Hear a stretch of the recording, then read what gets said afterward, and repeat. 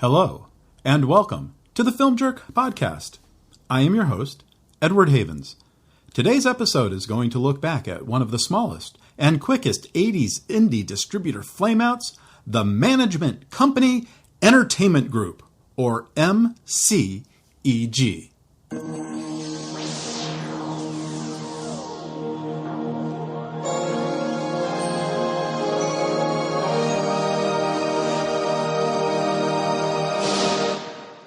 That was their fanfare there. If you were an avid moviegoer in the late 80s and you don't remember MCEG, it's okay. They would only release but 4 movies over the course of 19 months. The story of the Management Company Entertainment Group begins with Jonathan D. Crane. Born in Hollywood in 1952, Jonathan Crane graduated from Hollywood High School when he was just 15 years old. He would go on to receive a BA from St. John's College when he was only 19 years old with a 4.2 GPA. He would win the prestigious Thomas Watson Fellowship while at St. John's, which allowed him to travel to England, France, and Greece for a year, independently studying civil liberties and European criminal justice systems before he entered the Yale Law School shortly after his 21st birthday. While at Yale, Crane would become the editorial assistant to prominent legal academic Boris Bitker, where he would help write articles such as Losses from the Wash Sales of Stocks and Securities and entire chapters in Bitker on Taxes. Shortly after graduating in 1976, Crane would become a junior associate at Ireland Manila, where he would specialize in international motion picture taxation and entertainment law. After several years as a lawyer, the profession was eating up Crane's soul, and he would go into group therapy for famous people, where he would meet Sally Kellerman, the Oscar-nominated actress from Robert Altman's MASH, who would become Mrs. Jonathan Crane in 1980, and the filmmaker Blake Edwards, who would become Crane's mentor as he moved from lawyer to producer. Crane would leave Ireland Manila in 1981 and become the co-founder of Blake Edwards Entertainment. During one of their therapy sessions, Edwards mentioned he was tired of working in the studio system, and Crane pitched the filmmaker an idea to form what would become the first production management company in the film industry. Crane would develop and produce Edwards' movies so the filmmaker could concentrate on the writing and directing. In addition to becoming the CEO of Blake Edwards Entertainment, Crane would quickly become the manager to more than 70 actors and filmmakers, including Sandra Bernhard, Bridget Fonda, Terry Garr, Keith Gordon, Amy Heckerling, Mary Lou Henner, Carol Kane, Sally Kellerman, Howie Mandel, Kelly Preston, and John Travolta. Crane would produce or executive produce 7 films for Edwards between 1982 and 1987, but sadly they'd be 7 of the worst movies in Edwards' career. A string of crap that included 1982's Trail of the Pink Panther, 1983's Curse of the Pink Panther and The Man Who Loved Women, 1984's Mickey and Maude, 1986's A Fine Mess and That's Life, and 1987's Blind Date. But while Crane was setting up bomb after bomb for Edwards, he was also slowly moving talent and projects from Blake Edwards Entertainment to his own company called Management Company Entertainment. When Edwards found out about this betrayal, he would cut all ties with Crane. In 1987, Crane would revise Management Company Entertainment as the Management Company Entertainment Group and take the company public, raising $9.2 million on its IPO. At the time, the 37-year-old would be the youngest CEO of a publicly traded company. Along with loans from private investors, Crane would start off with a war chest of nearly $100 million, most of which would go to the acquisition of a foreign distribution company, Virgin Vision, from British entrepreneur Richard Branson. Crane would also purchase the British distributor Manson Films, with hundreds of B-movie titles, and Forum Home Video. These acquisitions would give Crane and MCEG a good-sized library of movie titles to hopefully get it through any initial problems. In an interview with Marilyn Beck of the Chicago Tribune in December 1987, Crane would state that he, quote, wanted to set up a company that could finance projects my clients are passionate about. It's one of the best ways to move their careers ahead, unquote. He also stated that while the average studio film cost around $16 million to make at the time, the average MCEG production would be around $3 million. Their first film was easily their best. You know what, Archie? What? Life is sad sometimes. 2 more names. Your name is Roland Goobert. Tell me why you're here! For an assignment. Who the hell do they think I am? I'm in charge here now. The entire school is my responsibility.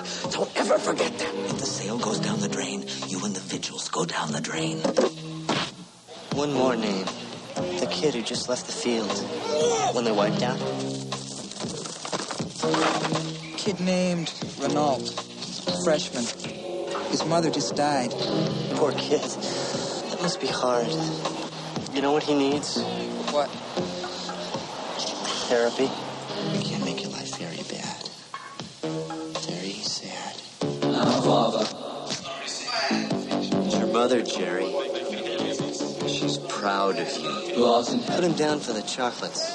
This is more than a sale. It is a crusade. I'm not going to sell the chocolates. The boys have become infected. A terrible disease, difficult to cure. You're missing a lot of things, Jerry. We're just asking you to take the chocolates and sell them. We're not asking Archie. We're telling. Why keep in calm?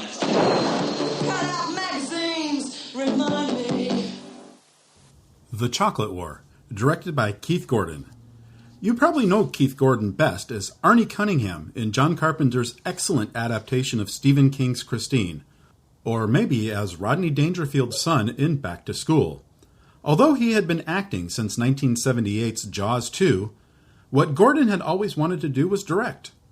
While going to school at Sarah Lawrence College in the late 1970s, Gordon would become involved as one of the student collaborators with their teacher, Brian De Palma, on home movies.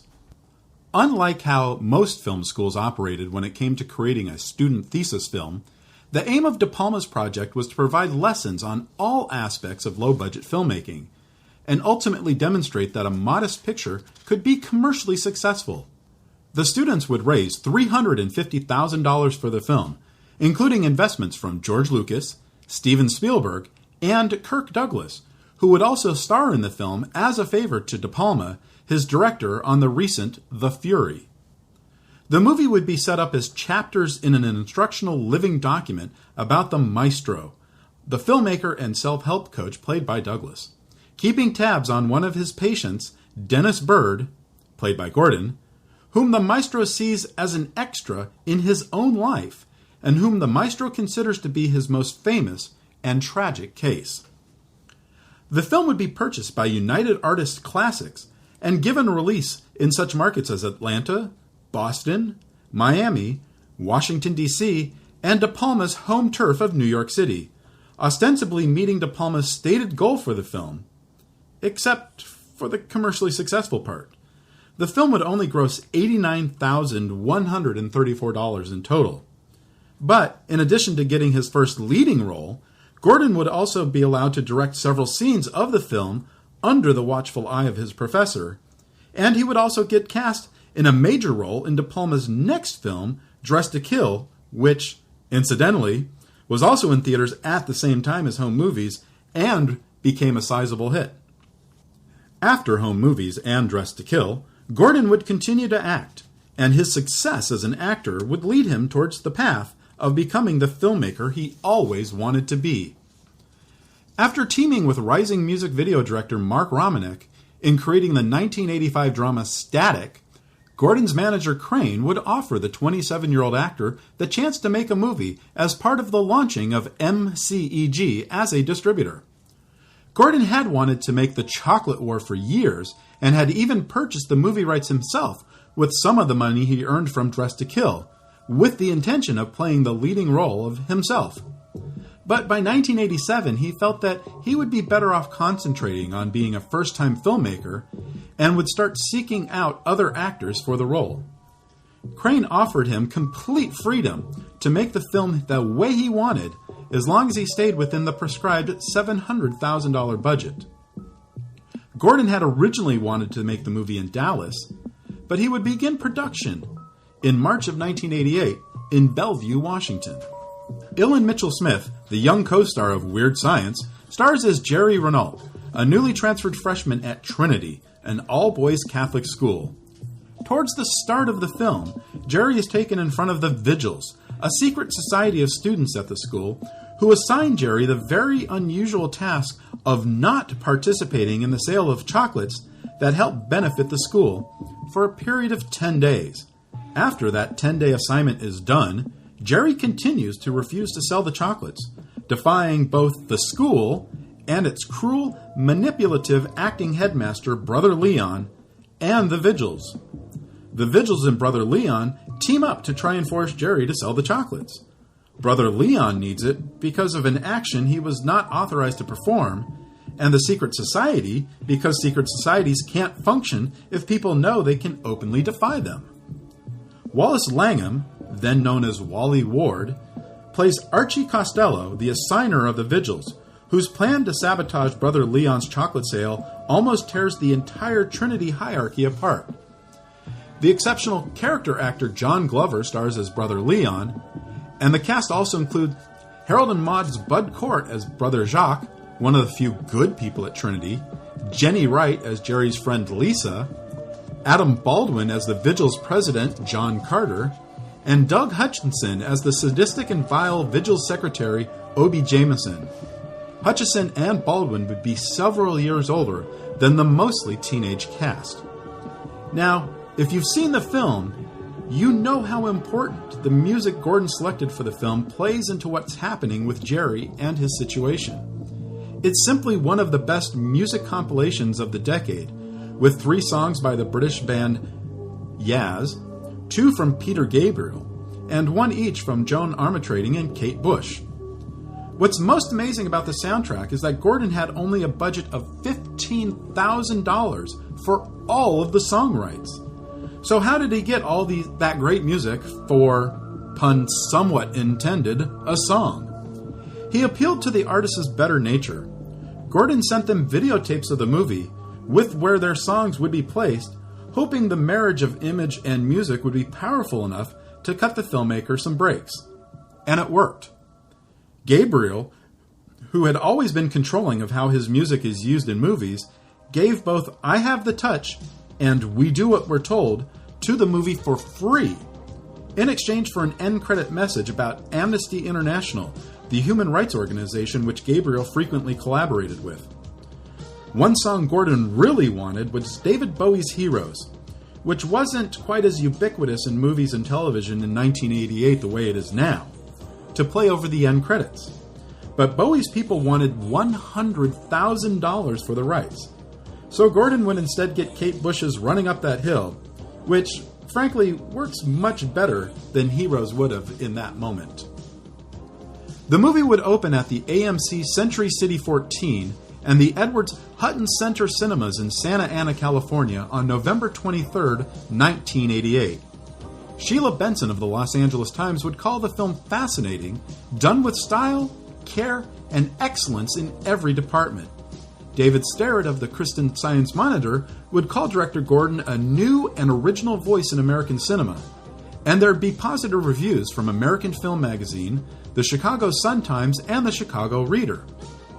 Yet, despite all these glowing recommendations, The Chocolate War would gross $14,000 in just its first 5 days, which is not bad for only playing on 2 screens, but it would not open much wider in the weeks and months to come. It opened in Boston on January 20th, in the San Francisco Bay Area on January 27th, including the movies 1 and 2 in Santa Cruz, the absolute worst place in the entire Bay Area at that time to see a movie, which is where I saw it for the first time, and in Chicago on February 9th, on its way towards a final gross of $303,000. But Crane would still consider the film an unqualified success because he had already sold various foreign and home video rights to the film for $6 million. Gordon would say years later in an interview that the film grossed as much as it did because he would cold call independent theaters across the nation and ask them if they would play his film. Publicity for the film was minuscule, and the film, like many a film in its day, would make most of its money from videocassette and cable television sales. The film would become profitable from those ancillary markets, but it had all the makings of a true indie hit film had it been handled better. I may have been out of high school 3 years by the time this came out, but Jerry's internal struggle with classmates and authority is something that deeply resonated with me. I was regularly harassed by classmates for being different, and, at the time, less well off than them. But the film is so masterfully crafted outside of a couple of unnecessary extra occurrences of Jerry's vision of his dead mother that even though I'm way past those times, and I'm not the person I was at 15 or at 21, the story and the images and the music all still bring me right back to those ages and those insecurities I felt then.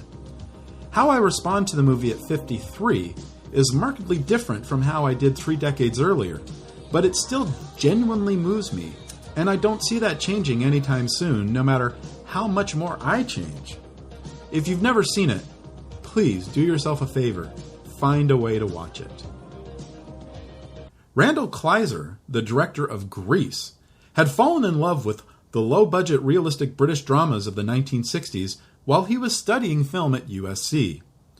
While completing his 1982 film Summer Lovers, he would discover a British novel by Elizabeth Jane Howard called Getting It Right, about a 31-year-old virgin hairdresser who still lived with his parents in London, which Kleiser felt would be his chance to make a film not unlike those he felt shaped him as a filmmaker. It would take him 7 years to finally get the chance to make the film, when his friend and producer Rusty Lemerand introduced Kleiser to Crane, who was looking for movies to produce as part of MCEG's first batch of films.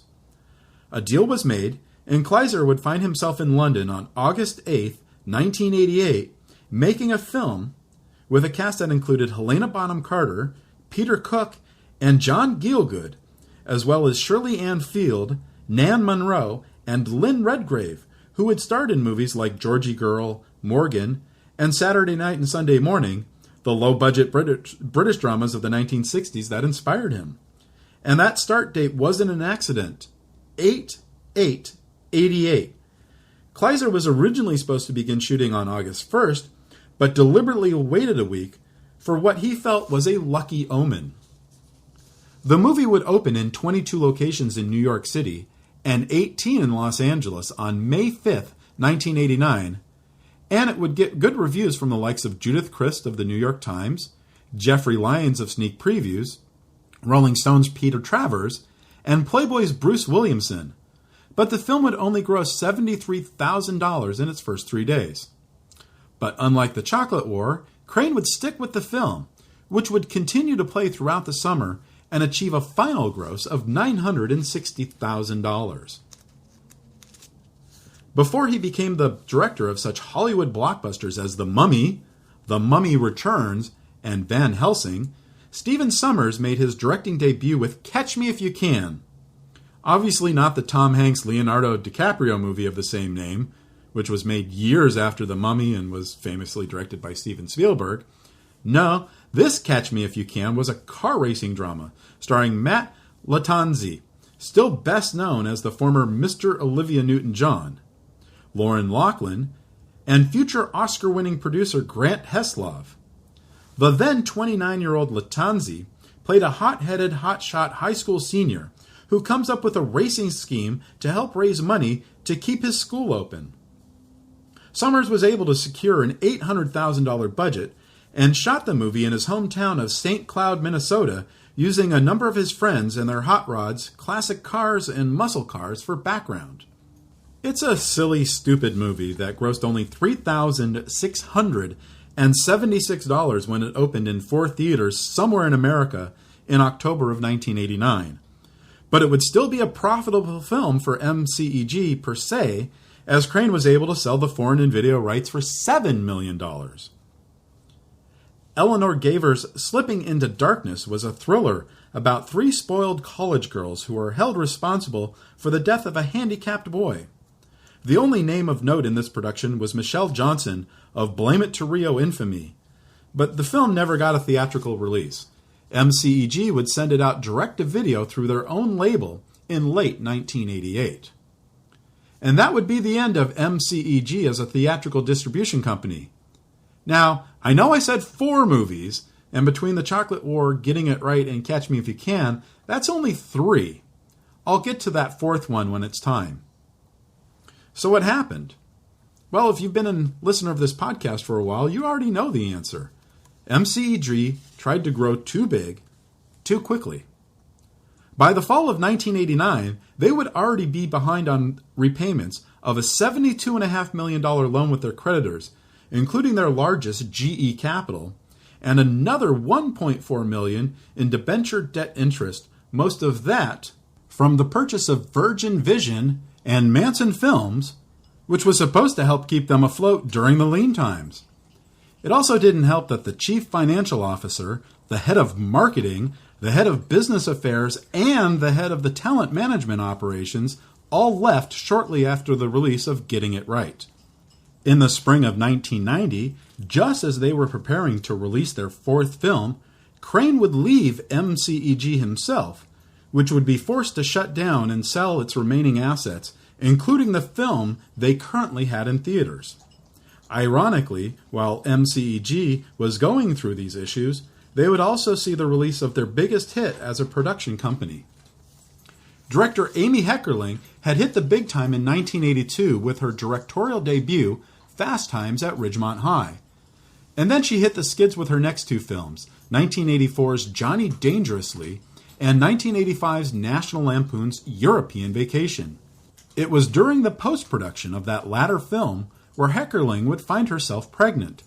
Her husband, bachelor party director Neal Israel, would playfully talk in a baby voice, pretending what their new human might be thinking or saying at particular moments. This inspired Heckerling to start writing a screenplay about a woman who found herself pregnant with a married man's child and her challenges of becoming a single mother, while the very small child comments on what's happening around him.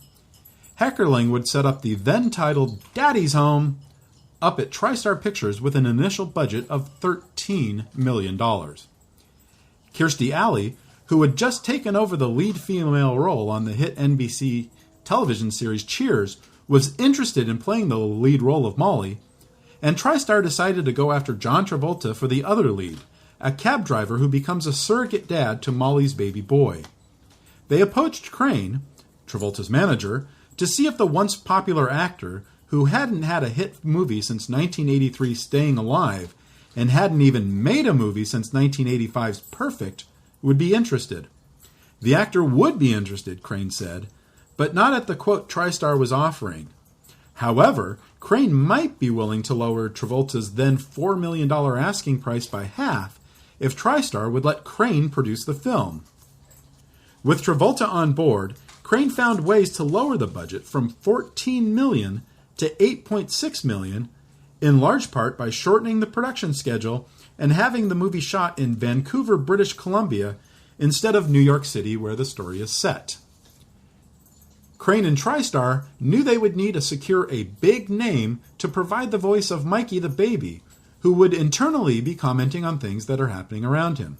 Crane would first approach Robin Williams. Williams' team came back with a qualified yes, provided they pay their client $15 million. So Crane next went to Bruce Willis, the star of the ABC hit television series Moonlighting, who had just completed a $28 million action movie for 20th Century Fox called Die Hard that would be opening later next summer. Willis's team asked for $5 million, which was still too much for the shrunken budget, but Crane would counter with an interesting offer.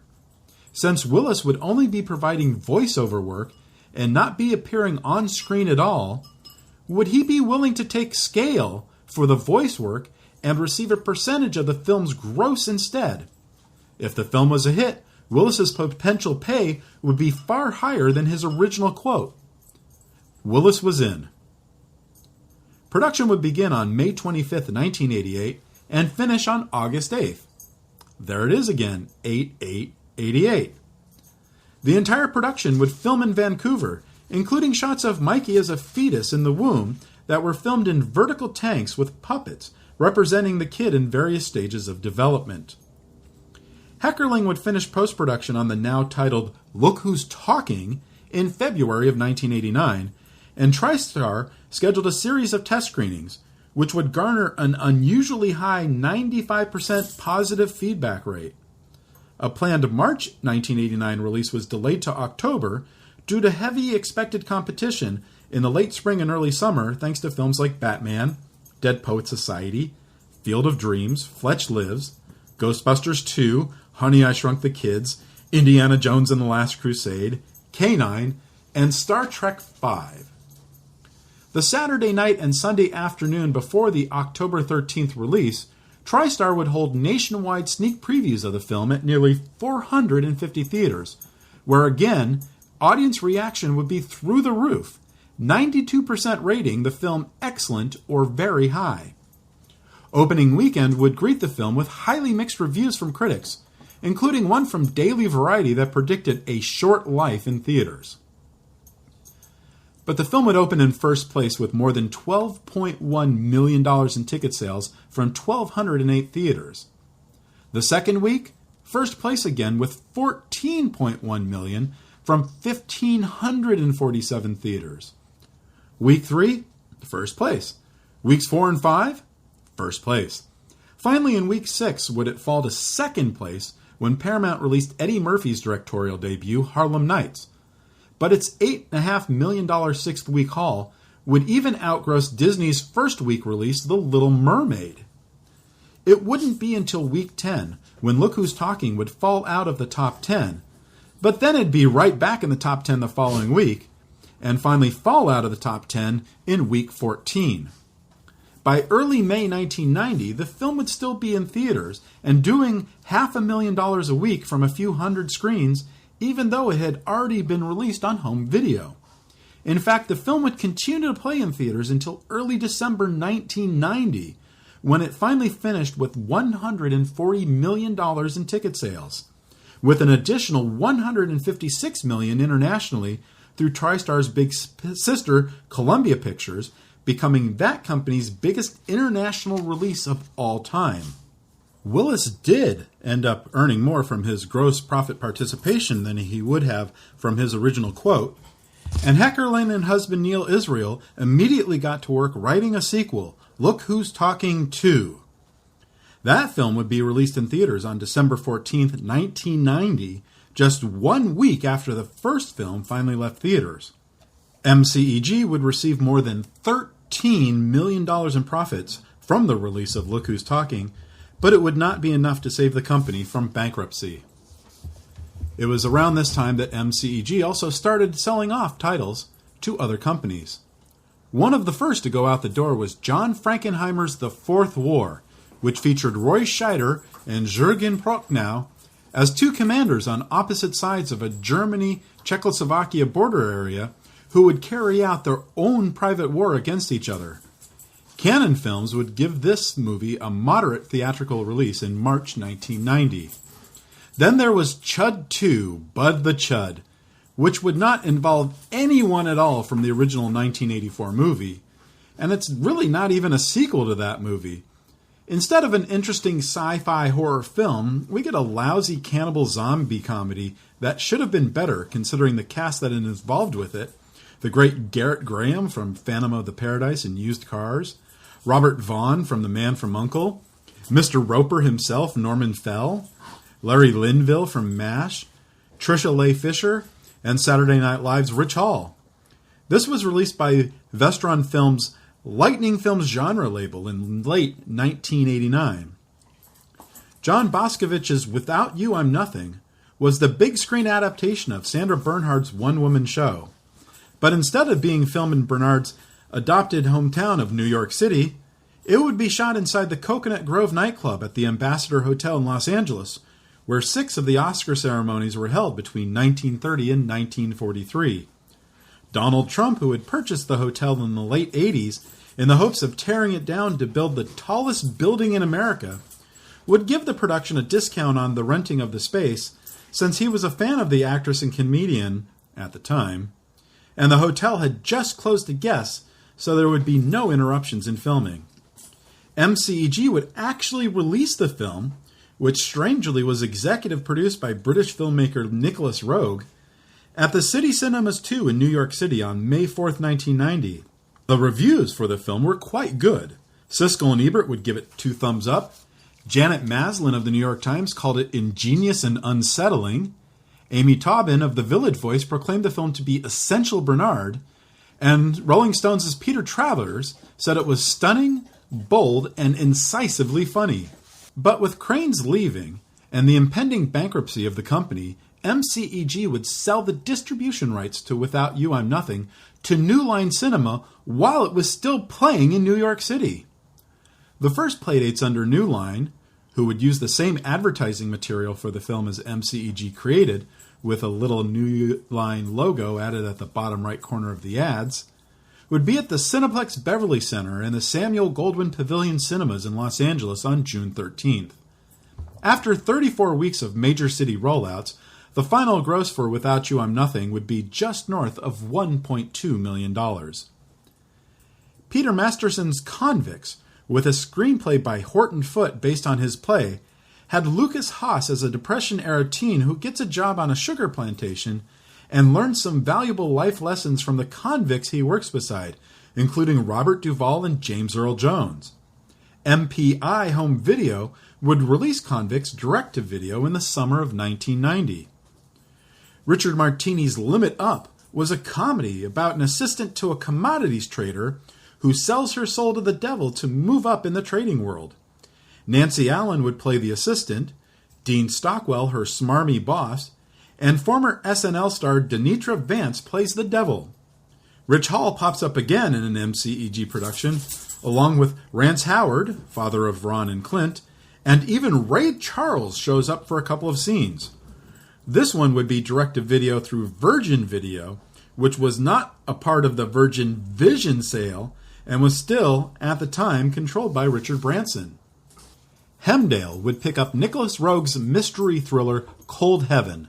The then Mrs. Roeg, Teresa Russell, stars as a woman whose faith in God is tested when her husband, played by Mark Harmon, dies and mysteriously comes back to life. The $4.5 million film would go into production weeks before MCEG went belly up, and the filmmakers would have to finish under budget because the money simply ran out. The supporting cast would include Seymour Cassell, Will Patton, James Russo, and Talia Shire. It would open in American theaters on May 29, 1992. The reviews were brutal, and the film would gross just under $100,000. Then there was Breaking the Rules, a coming-of-age dramedy starring Jason Bateman, C. Thomas Howell, Jonathan Silverman, and Annie Potts. Directed by Neal Israel, Bateman plays a cancer-stricken young man whose best friends take him to Los Angeles so he can become a contestant on Jeopardy before he dies. Miramax would give a token theatrical release to the film in October 1992. And then there were 3 MCEG films that would be purchased out of bankruptcy proceedings by the Showtime cable channel, which would start airing in 1992 and 1993, including Boris and Natasha, a live-action version of the cartoon characters, which starred Mrs. Crane, Sally Kellerman, as the voluptuous Russian spy, along with SCTV funny man Dave Thomas as her counterpart. But the filmmakers could not secure the rights to the characters of Rocky or Bullwinkle, although there are 2 very minor characters called Agent Moose and Agent Squirrel towards the end of the film, and neither Kellerman nor Thomas try to affect their characters' very clearly Russian accents, although they do have some vague Slavic-like accents. Crane was able to secure a cameo from John Travolta, playing himself, trying to take Natasha out for a date, but the whole thing is a mess from start to finish. Chains of Gold, a $10 million drama featuring John Travolta as a Miami social worker who goes looking for a fatherless boy, played by Joey Lawrence, that he's been helping. It's got a great supporting cast: Benjamin Bratt, Bernie Casey, Hector Elizondo, Conchata Ferrell, and Mary Lou Henner.